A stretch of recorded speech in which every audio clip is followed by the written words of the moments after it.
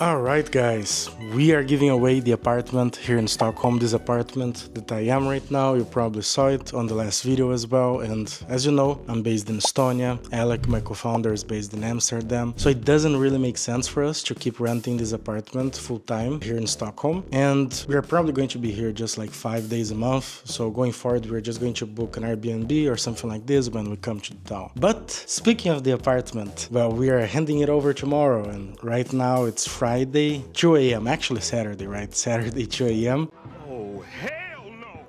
And that means that we need to clean everything before the handover to basically ensure a smooth transition, right? We have a deposit with them. And well, Alec, if you're watching this, shame on you. Well, just to clarify here the situation, his laptop screen broke, so he actually had to fly over to Amsterdam, and obviously work can't stop, right? So he had to go there, go to the Apple store there where he has his Apple Care or Apple Insurance, something like this, to get it fixed, because obviously work can't stop. But now, guess who's left cleaning the entire apartment by himself? Yep, yours truly.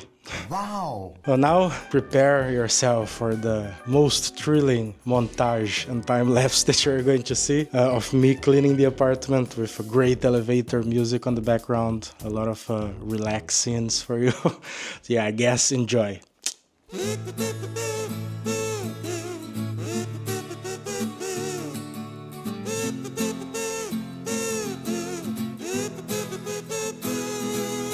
Alright guys, let me give you a quick update on this cleaning saga. It's Saturday right now, 1 p.m. and I've been cleaning this apartment and on this cleaning marathon since yesterday, 8 p.m. Yep, I didn't sleep. I haven't slept a wink, and in between of this cleaning marathon, I actually had to put a couple hours, like 3 or 4 hours for customer support and onboarding a couple merchants as well into Crim. So yeah, I'm not going to lie, I'm super tired, super exhausted. But hey, like we said before, the show can't stop. Right? And now I'm just waiting for the landlord to come to do the handover of the apartment, and soon after that I'm going to the boat that is going to bring me to Estonia, and I guess I'm going to catch you guys there. See you soon.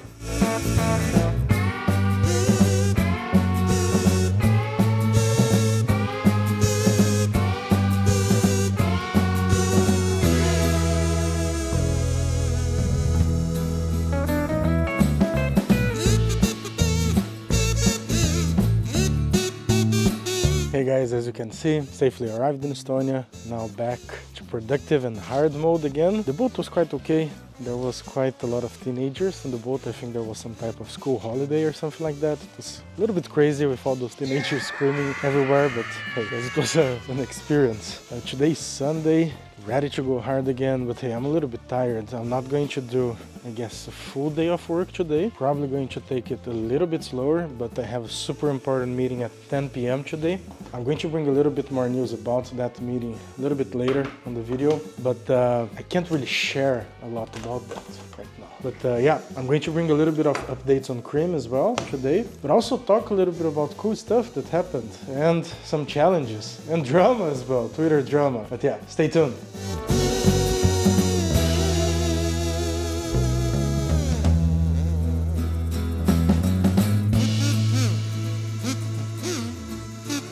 Alright, now that we had our fun with the apartment cleaning, the intro, let's get into the actual meat of the video. We're going to talk a little bit about Twitter drama of this week, a little bit about indie hacking, and obviously we're also going to bring some updates from Crim and from the business we're building. But if you're a regular viewer of the channel already, I don't really need to explain to you what indie hacking is, but just in case, for those of you who are new, let's put it like this. Imagine 5 to 10 years ago how harder it was to build a SaaS business or a product, an online business before, and a business that is obviously related to software. It really required a lot of experience, resources, often very big budget as well to do that. But compared to today, that's a joke, right? Because of all the access of information, no-code platforms, AI tools that helps you to build those businesses. It really is a fraction of the effort and the resources that you needed compared to 5-10 years ago. And it's really because of these breakthroughs in technologies that we are seeing this revolution of how these online businesses are now created. Before, it was really an exception to see a business that would thrive and would be able to scale being bootstrapped. It often was the VC-backed business or a person that had access to a lot of resources to be able to build these types of businesses. But nowadays we're seeing that it's not really anymore the case. And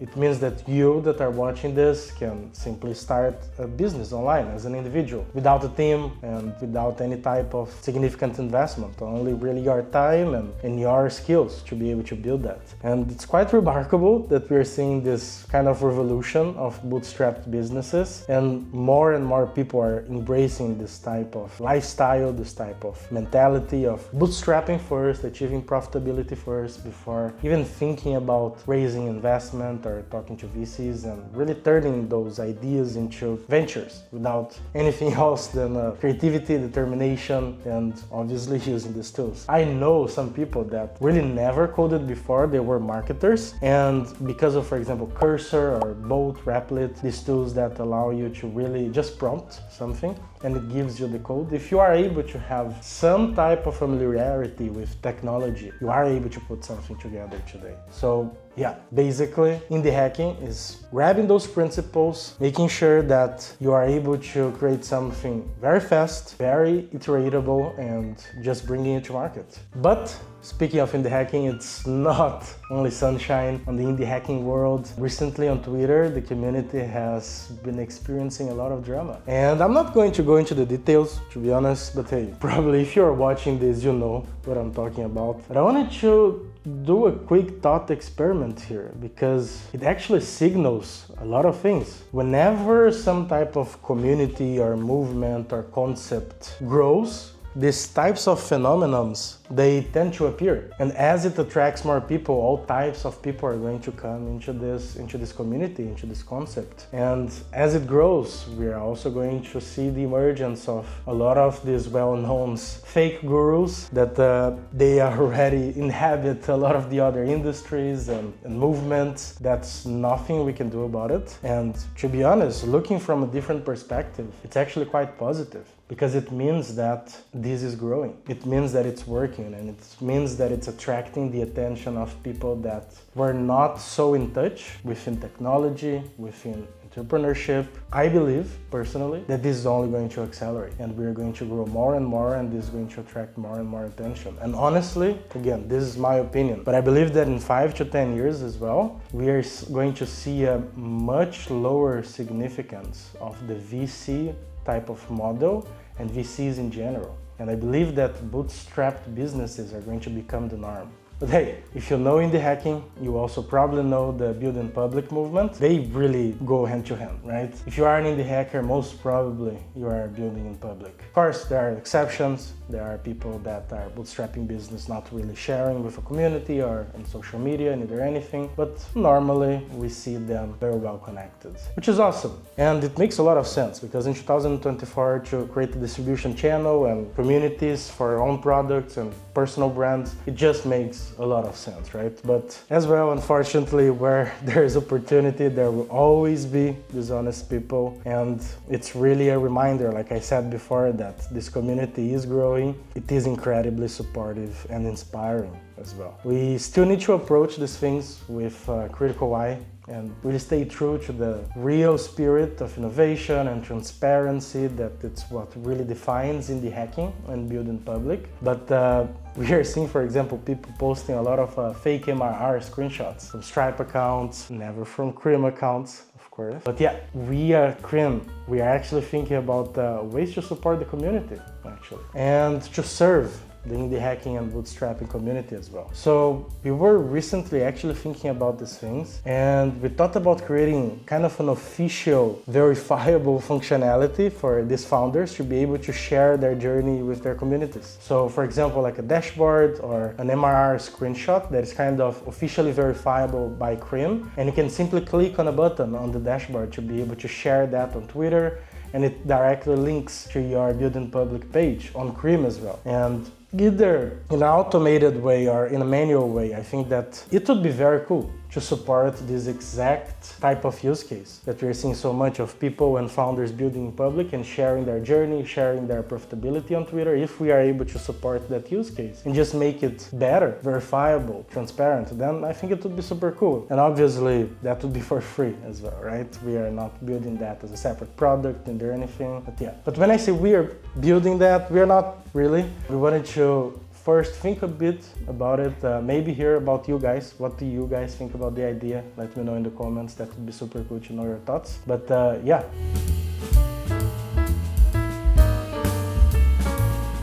So I also wanted to take a moment to talk a little bit about what has been going on with Crim during this week. There's a lot of cool stuff, a lot of challenges, and man, we have been in full firefighting mode. You know how it is on the startup world, sometimes you really got to put out the fires before you can build castles.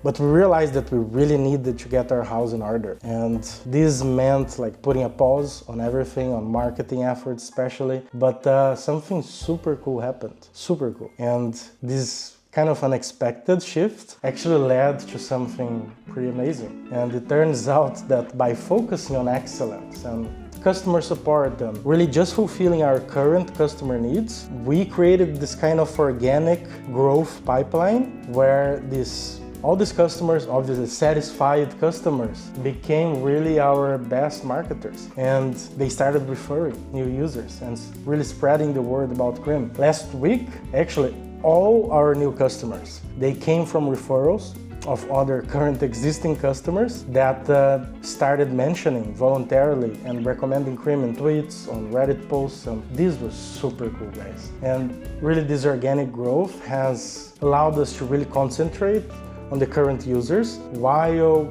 also obviously steadily increasing the traction as well. And it really shows that sometimes slowing down on marketing to really focus on customer success and customer journey and customer experience of your current users can really lead to sustainable and organic growth. It's really about building the product that people love, right? So that people can share the experience and share with other users as well. But now, speaking of getting the house in order, let me tell you about another challenge we faced. Being in the payments and fintech industry makes some things much harder and in many instances quite challenging. So for example, this week we decided to create a new bank account with a more, let's say, old school, reputable bank, and sounds good, right? No, very relevant. And because of the industry we are in, this process was incredibly difficult. We spent like 2 weeks on the phone with them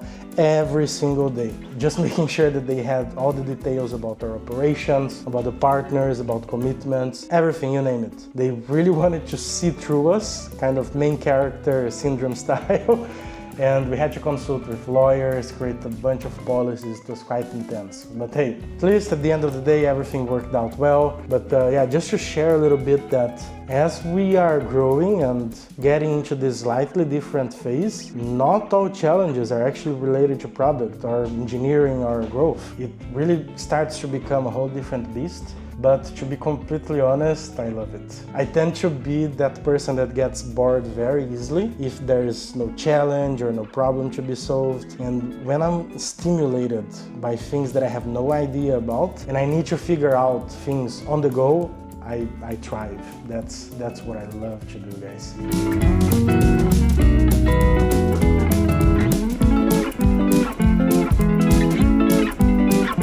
Alright guys, now that I did the responsible dad talk now, let's talk about something exciting that we have been working on. And this week we actually published the first time the Meet the Makers edition of the newsletter. And this is super cool. We wanted to do this for a long time already, and we're going to continue doing it. And it's basically an initiative to shout out the amazing customers that we have and their products. We kind of believe that the power of community that we want to create is all about reciprocity, right? So we really wanted to extend our platform to give our users some type of exposure at least. And it's our way to say thank you and helping to amplify the incredible work being done by these guys and by these indie hackers, by these bootstrappers that are using Crim right now. And you can bet that we are going to continue this going forward as well, because it's just another way that we are trying to add value to everyone and support this vibrant community of makers and entrepreneurs. So if you are a Crim user, keep in touch, keep looking out. You might just see your product featured on the next newsletter.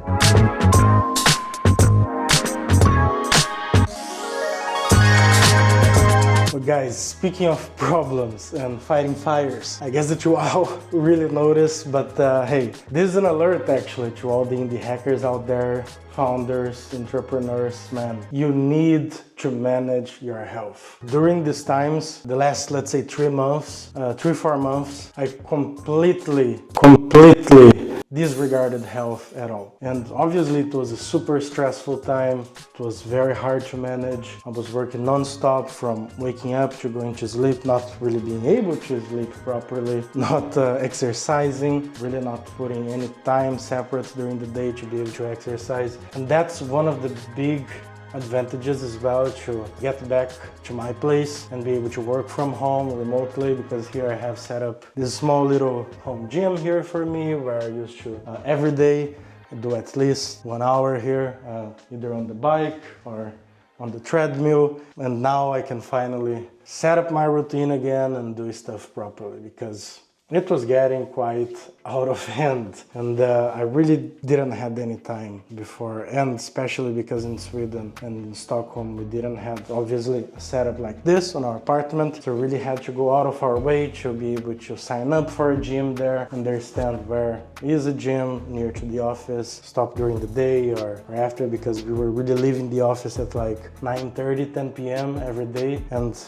actually a bunch of times we had to eat super bad food, in the sense of unhealthy food, because we would arrive so late that all the markets would have been closed and the only thing that was open was like junk food. So yeah, obviously not the best scenario at all. But yeah, now that I'm back here, I have access to my home gym, can do my stuff, and in summary, guys, it's very easy to neglect your health when you are doing something like that, when you are bootstrapping a business, when you are building a company, when you are an entrepreneur. So yeah, don't get caught up on the startup grind and neglect this whole part of your life, because it is going to catch up to you. It has catch up to me, not only on the appearance and on the weight sense, but I'm sleeping much worse right now. I already had problems to sleep before, but right now it's completely insane. There are days that I go to the bed, like after 30 hours without sleep, I'm able to sleep like 2 hours, and then I wake up and can't sleep again. And then I have to work for more like 6-7 hours to be able to sleep again for more like 4 hours. Yeah, this has been complete insanity right now, and it's not working well. So it had to change. So yeah, just so remember, don't neglect your health, guys. And guys, I obviously cannot finish the video without letting you guys know about the super exciting updates that we have been pushing over the last 2 weeks that I think we didn't mention actually on the last video. But yeah, we pushed webhook retries, new payment methods for subscriptions. We did discount codes actually. Discount codes was something that was requested by so many people that they needed, and we just got into it and started doing, and now it's live already on the platform. And hey, we also added a payout list on the balance tab, because some people wanted to basically reconcile with their businesses when they got a new payout and they withdrew money from the platform. Pre-filled customer emails as well on the checkout sessions, so that when you do the request on our APIs, you can already pass the customer email, so it's pre-filled and he can't change that, to make sure that it's always that user, right, that you're creating the checkout session for. And also we created the new webhook, the subscription.paid webhook. Basically, before, when you had the subscription and you created the checkout session with Crim, you only knew when a person really created the subscription or canceled, and now you can basically receive a webhook that is going to show you every time that a new payment was made for that subscription. So yeah, there's a lot of other things as well that we pushed out during these last 2 weeks. We are iterating hard, guys, and that's one of the reasons that we saw really worked out for us to really feel this customer needs that are with us right now on the platform, and why you are seeing us a little bit less on social media, on other platforms, or with marketing initiatives. That's just because we are on the trenches, guys. We are unstoppable right now and we're cooking. Let us cook. So yeah, if you like this video, guys, leave a like, subscribe. Let me know what you are thinking about this new format you're seeing that we're doing. Every time a little bit different, seeing what works, what people actually like and what people don't. So let me know, that's super appreciated. Let me know what you liked on the previous as well, or on this one, and if you have any ideas as well of different formats that we should do, let us know. We'd love to hear from you guys, and thanks as always. I see you soon. Bye bye.